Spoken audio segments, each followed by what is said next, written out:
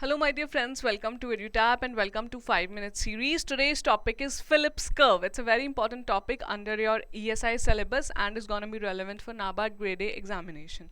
Before we proceed to the lecture, I would request you to subscribe to our YouTube channel so that you can get daily videos that are free of cost, and also do join our Telegram channel. The link of the same is in the description of this video. This way you can download the PDFs that are again freely available. So moving on to the topic today.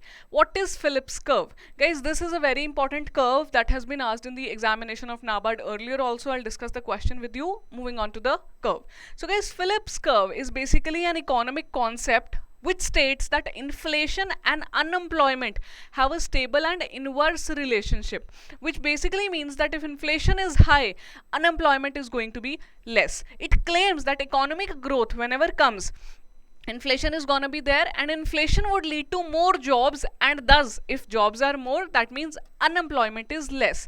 So how does this curve looks? I'll just try to draw for you. Right, this is the curve. Now it says that here, let's say it is unemployment and here it is inflation, right?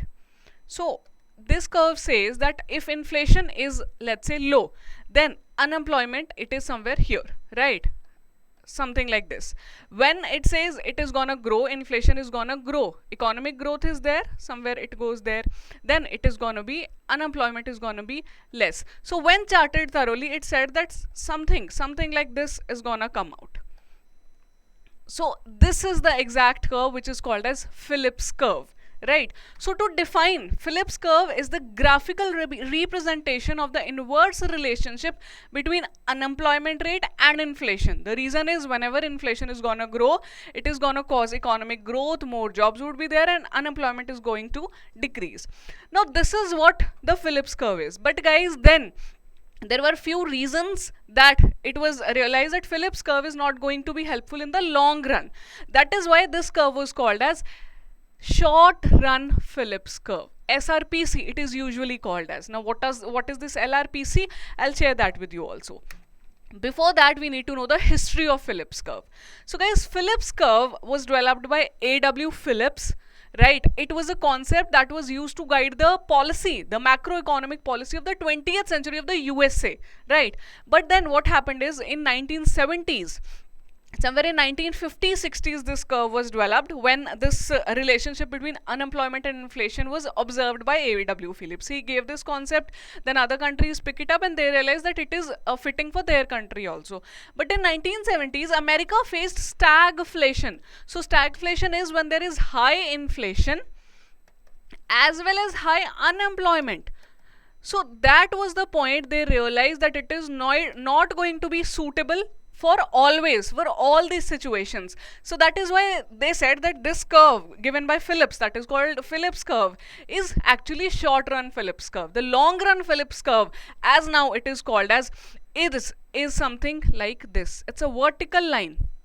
It is LRPC. Why? They said that whatever be the rate of inflation, at one point unemployment is going to be stable. So that is why this is LRPC, and SRPC is not utilized as of now in the countries, but still for short run it is still suitable.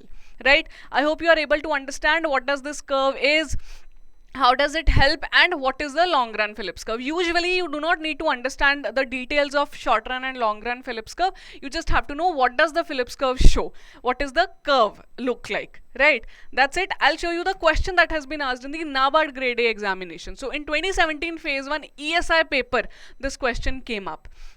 Which of the following curve is the graphic representation of inflation and unemployment in an economy? So from the question you can see that you just have to understand that what is this curve about. So that answer would be easy to identify, Phillips curve. Right. Please remember that such questions are asked from the static part. Few other curves are also given. I'll quickly tell you about those curves like Lorenz, Leffer and Kuznets curve. So guys, Lorenz curve is the one which tells you about the inequality. Right. Lorenz curve is also said to be associated with your Gini coefficient, or Gini coefficient as people call it.